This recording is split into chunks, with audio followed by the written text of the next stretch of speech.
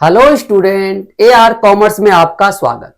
आज हम business studies 12th का मार्केटिंग मैनेजमेंट पढ़ाने वाले हैं, जो आपका लेक्चर होगा 4।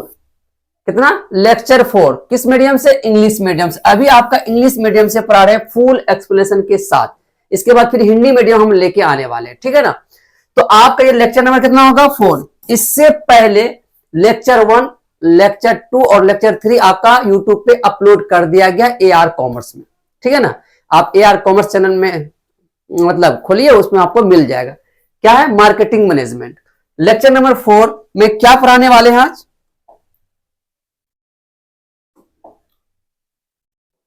डिफरेंस बिटवीन, ये क्वेश्चन नंबर होगा 16। क्वेश्चन नंबर कितना होगा? 16। इससे पहले 1 से लेकर 15 तक आपका लेक्चर 1, लेक्चर 2, लेक्चर 3 में करा दिया गया, और लेक्चर 4 होने वाला, 16 से स्टार्ट होने वाला। Difference between selling and marketing, यानी मार्केटिंग और सेलिंग में क्या क्या अंतर है, इसके बारे में आप बताओ। यानी मार्केटिंग और सेलिंग में अंतर बताना। यह क्वेश्चन बहुत ज्यादा पूछा जाता है एग्जाम में, याद रखिएगा। 5 नंबर का पूछा जाएगा। सेलिंग और मार्केटिंग में अंतर बताइए। चलिए बताते हैं कैसे अंतर। सेलिंग में क्या होता है? Selling focus on the need of seller, यानी सेलिंग में हमेशा सेल क्या फोकस करता है कि मेरा किसी तरह से माल को क्या हो जाए, सेल हो जाए। प्रोडक्ट कैसा है उससे कोई मतलब नहीं। लेकिन marketing focus on the need of customer, यानी मार्केटिंग में सेल पे ध्यान नहीं दिया जाता है, ध्यान दिया जाता है कस्टमर पर। किसी तरह से कैसे अपने कस्टमर को सेटिस्फाइड करे, कैसे मेरा कस्टमर बढ़े, किस तरह से कस्टमर मेरे पास आए, मेरा गुड्स खरीदे, यानी फोकस किया जाता है कस्टमर पर। और इसमें फोकस किया जाता है सिर्फ सेलर पर, सिर्फ सेल पर ध्यान दिया जाता है कि मेरा प्रोडक्ट कैसा, उससे कोई मतलब नहीं, किस प्रकार कोई मतलब नहीं, लेकिन फोकस किया जाता है किसमें? सेल पे, और इसमें फोकस किया जाता है कस्टमर पे, ठीक है। पहला आपका है ना। दूसरा पॉइंट कहता है आपका aim maximising profit and sales. इसका दूसरा जो इंपॉर्टेंट डिफरेंस है सेलिंग का, किसी तरह से मेरा प्रॉफिट हो जाए और सेल होकर के मेरा प्रॉफिट आ जाए। यानी मेरा एम है कि सेल करके मेरा अधिक से अधिक क्या करना, प्रॉफिट कमाना। लेकिन एम में आ जाइए, कहता एम टू अर्न प्रॉफिट, ये इसमें भी है आपका प्रॉफिट ही कमाना, लेकिन साथ में कस्टमर सेटिस्फैक्शन को भी ध्यान में रखता है। ये कहता है, हमको भी मार्केटिंग कहता है कि हम भी सेल ही करने, प्रॉफिट में ध्यान देते हैं, लेकिन हम चाहते कस्टमर भी क्या हो जाए, उससे सेटिस्फाइड हो, यानी प्रॉफिट भी कमाए और कस्टमर भी क्या हो जाए, सेटिस्फाइड हो जाए। ये केवल प्रॉफिट पे ही ध्यान देता है, और ये प्रॉफिट के साथ साथ कस्टमर का सेटिस्फैक्शन पे भी ध्यान दिया जाता है, ठीक है ना। चलिए तीसरा क्या कहता है सेलिंग में? तीसरा हम देखिए, स्टार्ट आफ्टर प्रोडक्शन, यानी सेलिंग में क्या करता है, start after production in with the sale of product. यानी सेलिंग में देखा जाए तो, यानी कब आप सेल करते, जब प्रोडक्ट बन के तैयार होगा तब ना आप बेचते हो। यानी ये तभी सेल होता है जब आपका प्रोडक्ट स्टार्ट आफ्टर प्रोडक्शन, ये प्रोडक्शन हो जाएगा किसी भी प्रोडक्ट का, तो उसके बाद आप क्या करते हो, सेल करते हो, और सेल करने के बाद जैसे आपका प्रोडक्ट सेल हो जाएगा, आपका एंड हो जाता है। लेकिन इसमें आइए, कहता है start before production and continue even after sale. लेकिन आप जानते हो, जब मार्केटिंग का काम करते हैं तो पहले से भी स्ट्रेटजी बना लेते हैं कि सेल कहां करना है, किस प्रकार का गुड्स बनाना है, किसको बेचना है, कंपटीशन कैसा है। तो पहले आप प्रोडक्शन से पहले आप काम करना स्टार्ट कर देते हो, और प्रोडक्शन होने के बाद माल बेचते रहते हो कंटिन्यू तक। लेकिन इसमें ये कब होता है सेलिंग? प्रोडक्शन बनने के बाद स्टार्ट होता है और सेल खत्म होने तक एंड हो जाता है। लेकिन ये प्रोडक्शन से पहले स्टार्ट होता है और मतलब सेल होने तक चलता रहता है। क्या दोनों में डिफरेंस समझ में आया?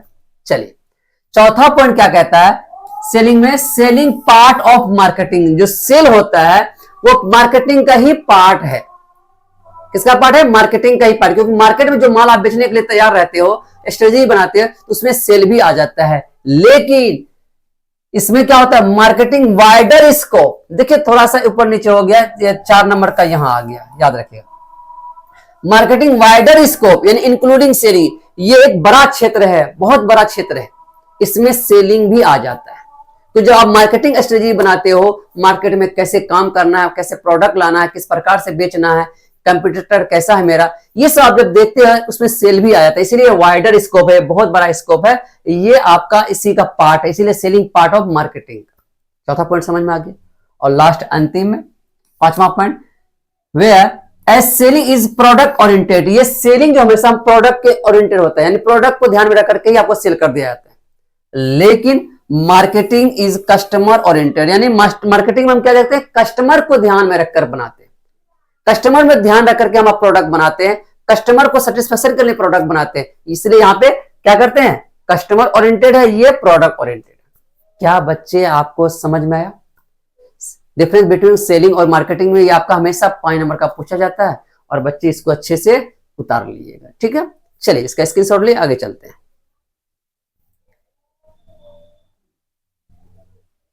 चलिए तो अगला देखते हैं।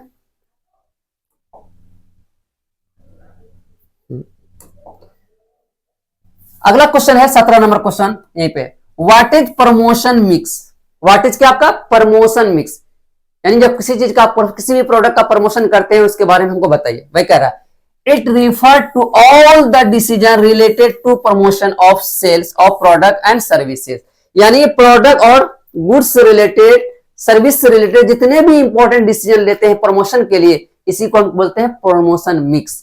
क्या क्या डिसीजन लेते हैं, नीचे दिया डिसीजन जो लेते हैं, यहां पे नीचे दिया हुआ सेलेक्टिंग मीडिया है ना, सेलेक्टिंग एडवर्टाइजिंग मीडिया, यानी आप जब प्रमोशन करिएगा मीडिया का किस प्रकार लिए, प्रिंट मीडिया लिएगा, इलेक्ट्रॉनिक मीडिया लिएगा, टीवी रेडियो किस प्रकार लिए, तो आपको वो सेलेक्ट डिसीजन लेना होगा प्रमोशन के लिए। दूसरा सेलेक्टिंग प्रमोशनल टेक्निक, क्या आप मीडिया छोड़ के प्रमोशनल टेक्निक से अपनाते हैं, एक में एक फ्री करना है ना, दिवाली ऑफर, इस तरह से आप प्रमोशन लेकर के अपना टेक्निक अपनाना है, उसका डिसीजन लेना होगा।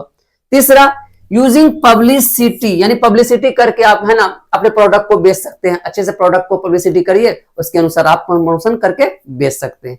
और चौथा डिसीजन क्या लगता है, पब्लिक रिलेशन, यानी पब्लिक से अच्छे रिलेशन है, अच्छा गुड्स प्रोडक्ट बनाते हो तो अपने आप पब्लिक से क्या होता है, रिलेशन बनता जाता है, आप पे विश्वास होता जाता है, आप पे बिलीव बढ़ता जाता है, तो इससे आप पब्लिक रिलेशन आपके गुड्स के साथ बनता जाता है, तो आपका प्रोडक्ट भी क्या होता है, बिकता जाता है। जैसे टाटा का प्रोडक्ट बेहतर होता है तो क्या होता है, लोग उससे जुड़ जाता है, उस पर विश्वास करता है, उस पर बिलीव करता है, इससे पब्लिक रिलेशन बनता है। और ये सब डिसीजन आप प्रमोशन मिक्स के लिए ले सकते हैं।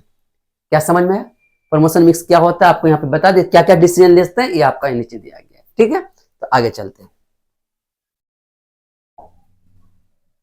चलिए एलिमेंट ऑफ प्रमोशन मिक्स, यानी प्रमोशन मिक्स में क्या क्या एलिमेंट है इसके बारे में बताइए। एग्जाम में पूछा था, पहला एडवर्टाइजिंग, पहला एलिमेंट क्या है, एडवर्टाइजिंग। दूसरा एलिमेंट क्या है, सेल प्रमोशन। तीसरा एलिमेंट क्या है, पर्सनल सेलिंग। चौथा पब्लिक रिलेशन। ये एलिमेंट है प्रमोशन मिक्स का, ठीक है ना। चलिए अब इसी में से 4 जो है, एडवर्टाइजिंग है, पर्सनल सेलिंग है, सेल प्रमोशन है, आप इसी को हम क्या करेंगे, डील करेंगे। सबसे पहले जो इंपॉर्टेंट होता है, वेरी वेरी इंपॉर्टेंट, ये है एडवर्टाइजिंग।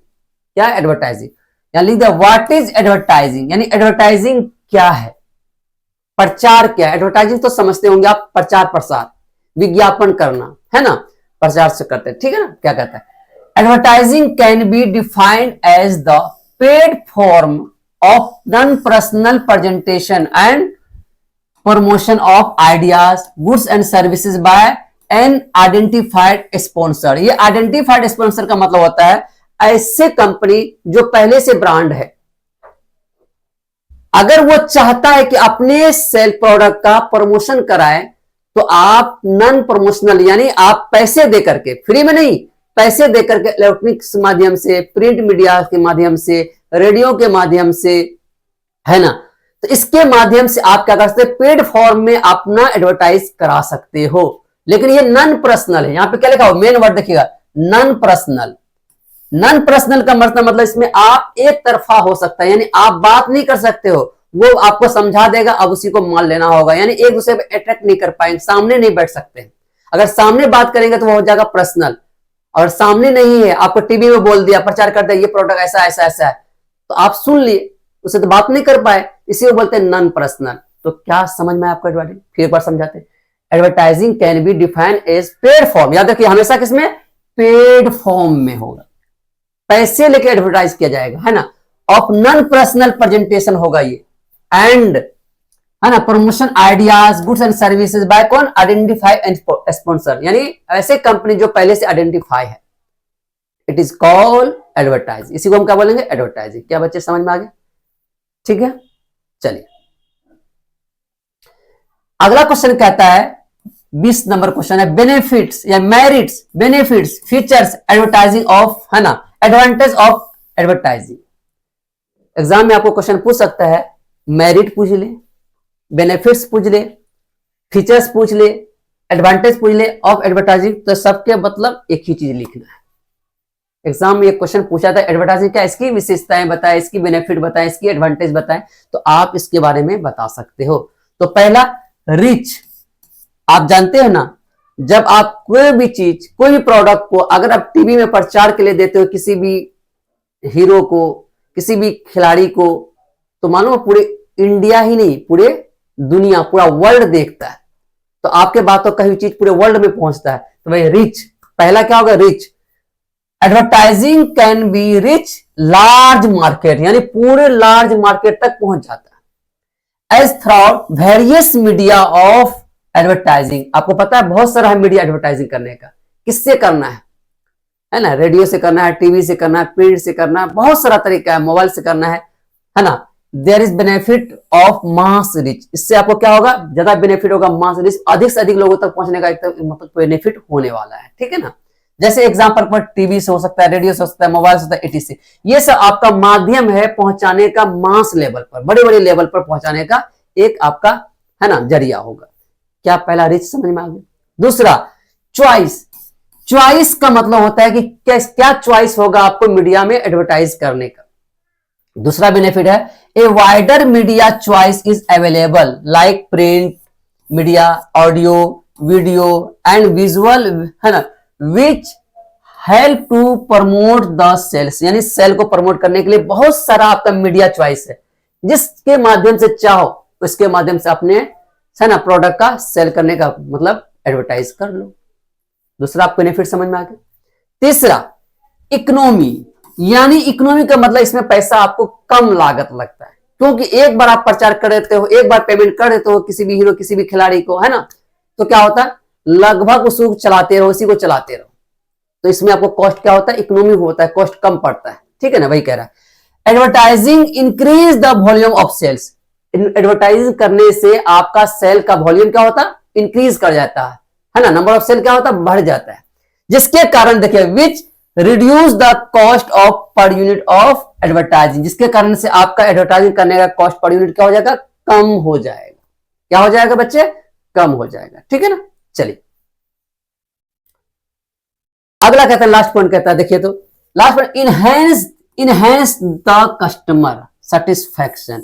इससे क्या होगा, अगर आप प्रचार प्रसार करते हो, आप सबके बारे में, उसका हर एक चीज के बारे में आप कहते हैं प्रचार में बता, एडवर्टाइजिंग में बता देते हो, तो क्या कस्टमर क्या होता है ना, खुश हो जाता है, ओ ये प्रोडक्ट इस काम के लिए है, ऐसा करना है, इससे ये फायदा है, इतना दाम है, तो अब उसके बारे में पूरा डिटेल से जब एडवर्टाइज कर देते हो, तो लोग को वहां से सेटिस्फाइड हो जाता है, जिसके कारण वो आपका, है ना, लेवल बेहतर होता है, वो खरीदने के लिए तैयार होता है। जैसे अभी प्रचार देख रहे हैं बात मीडिया के माध्यम से, कि एक बाल के बारे में बताया गया कि ये तेल लगाने से आपका बाल यहां तक हो जाएगा, आदिवासी तेल। हाँ, अभी जो आप फिलहाल ही प्रचार देखो, एडवर्टाइज देखो, आदिवासी तेल लगाने से जिनका बाल उड़ जाता है, जो गंजे हो गए हैं, ये तेल लगाने से उसका पूरा का पूरा बाल आ जाएगा। तो बताइए, अब लोगों तो बहुत उस पर विश्वास करने लगा है कि चलो हम भी खरीद लेते हैं, मेरा भी बाल बहुत उड़ता है ना। तो आप बताइए, ये जो कर रहा है, तो लोग उस पर विश्वास कर रहा है और खरीदने के लिए तैयार है। वही कर रहा है, इनहेंस द कस्टमर सेटिस्फैक्शन, वही कहता है, customer feel more assured about the quality and feel more comfortable, comfortable if sponsor claim this benefit in advertising. यानी कहने का मतलब, इनहेंस द कस्टमर सेटिस्फैक्शन, अगर आप अच्छे से एडवर्टाइज करते हो और प्रोडक्ट आपका सही रहता है, लोग उससे खुश होकर इनहेंस हो जाता है और आपका प्रोडक्ट में क्या करता है, विश्वास करके आपको प्रोडक्ट को खरीदता है। क्या समझ में आया आपको? कितना बेनिफिट बताया आपको? 4 बेनिफिट बताए। कौन कौन? पहला, रीच, एडवर्टाइज करने से पहला बेनिफिट होगा आपका, लोगों तक जल्दी पहुंचेगा, है ना। दूसरा, चॉइस, आपका एडवर्टाइज करने का बहुत सारा चॉइस मिल जाएगा, किसके माध्यम से चॉइस करना है आपको, प्रिंट मीडिया, रेडियो, टीवी, जिसके माध्यम से करना है कर लेना है। तीसरा, एडवर्टाइजिंग में आपका खर्च कम बैठेगा, एक बार प्रचार कर लो, एक बार एडवर्टाइज कर लो, बस उसी को आप क्या करो, फैलाते रहो, पूरे पहुंच जाएगा। और जिससे आपका सेल बढ़ेगा तो कॉस्ट कम लागत होगा। और इनहेंस द कस्टमर, अगर आपका प्रोडक्ट अच्छे है, लोग उस पर बिलीव करेगा, तो आप उस पर कस्टमर क्या होगा, सेटिस्फाइड होकर के आपका प्रोडक्ट पर, है ना, विश्वास करके आपका प्रोडक्ट का सेल को क्या करेगा, बढ़ा देगा। ये इनका बेनिफिट है। क्या बच्चे यहां तक समझ में आया? तो आज आपका यहीं तक रहने देते हैं, और ये आपका चौथा लेक्चर है। इसके बाद एक और लेक्चर आने वाला है, लेक्चर नंबर 5, और आपका चैप्टर क्या हो जाएगा, खत्म। क्या क्या क्वेश्चन बचा हुआ देख लेते हैं आप, है ना। मीनिंग ऑफ सेल प्रमोशन रह गया आपका, पर्सनल सेलिंग रह गया आपका, है ना, और फीचर्स ऑफ पर्सनल सेलिंग रह गया है आपका, और एक रह गया है डिफरेंस बिटवीन एडवर्टाइजिंग और पर्सनल सेलिंग। बस आपका चैप्टर क्या हो जाएगा, क्लोज। बस ये लास्ट लेक्चर रह गया है, इसके बाद आपका क्या है, इस चैप्टर कब का समाप्त हो जाएगा। ये मार्केटिंग मैनेजमेंट आपका क्या हो जाएगा, समाप्त। ये लेक्चर नंबर 4 है, अच्छे से देख लीजिएगा। आपको अगर वीडियो अच्छा लगा हो तो क्या चैनल को सब्सक्राइब कर दीजिए। धन्यवाद।